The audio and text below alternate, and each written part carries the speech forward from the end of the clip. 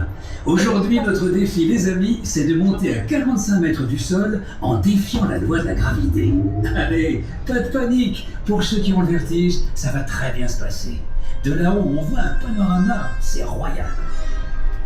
Ah, on est bien dans les airs, hein, les yeux grands ouverts. Allez, musique, maestro.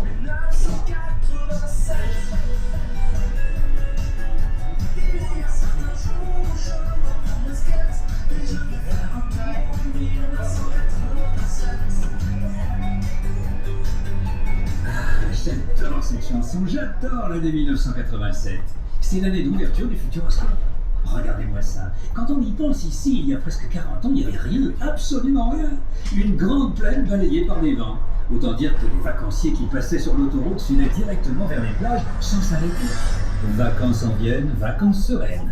Vacances ailleurs, vacances meilleures. Eh oui, c'était un peu ça quand même.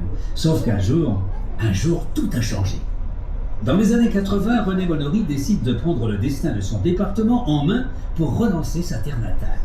Il imagine le Futuroscope, un parc d'attractions axé sur les technologies de l'image. À l'époque, c'était ça le futur. Quand en 1987 le parc ouvre ses portes, c'est le succès immédiat et il va croître en même temps que le Futuroscope va grandir. D'année en année, on construit des pavillons gigantesques pour abriter des écrans géants hauts comme des immeubles de 7 étages. Des écrans plats, hémisphériques à 360 degrés, des images immenses en relief. Et puis badaboum, les années 2000 sonnent et le Futuroscope souffre un peu. Les technologies de l'image, ça y est, elles sont entrées dans nos maisons, dans nos salons, sur nos ordis, sur nos smartphones, en 3D. Hop. Il est temps pour le Futuroscope de changer de cap. Les grandes images, on en garde, mais en plus on veut des expériences plus fun, des attractions pour rigoler et vivre des choses nouvelles. Alors on imagine pour vous des histoires rien qu'à nous. Et si on faisait le tour du monde en 4 minutes? Et si on plongeait à l'intérieur d'une tornade? Et si on allait dans l'espace? Et si on dansait avec un robot? Et si. Une fois qu'on a trouvé des histoires, on parcourt le monde à la recherche d'innovations technologiques, les plus à même de vous faire vivre des expériences spectaculaires.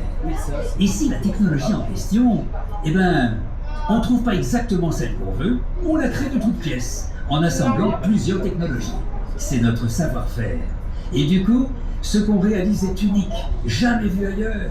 Bye bye le parc dédié uniquement aux images, vive la créativité, la diversité et le fun.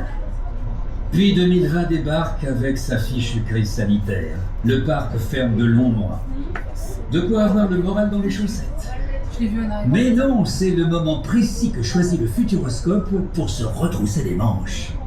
Au lieu de s'apitoyer en vain, il prépare demain. Il se lance dans un projet titanesque pour devenir une vraie destination de vacances.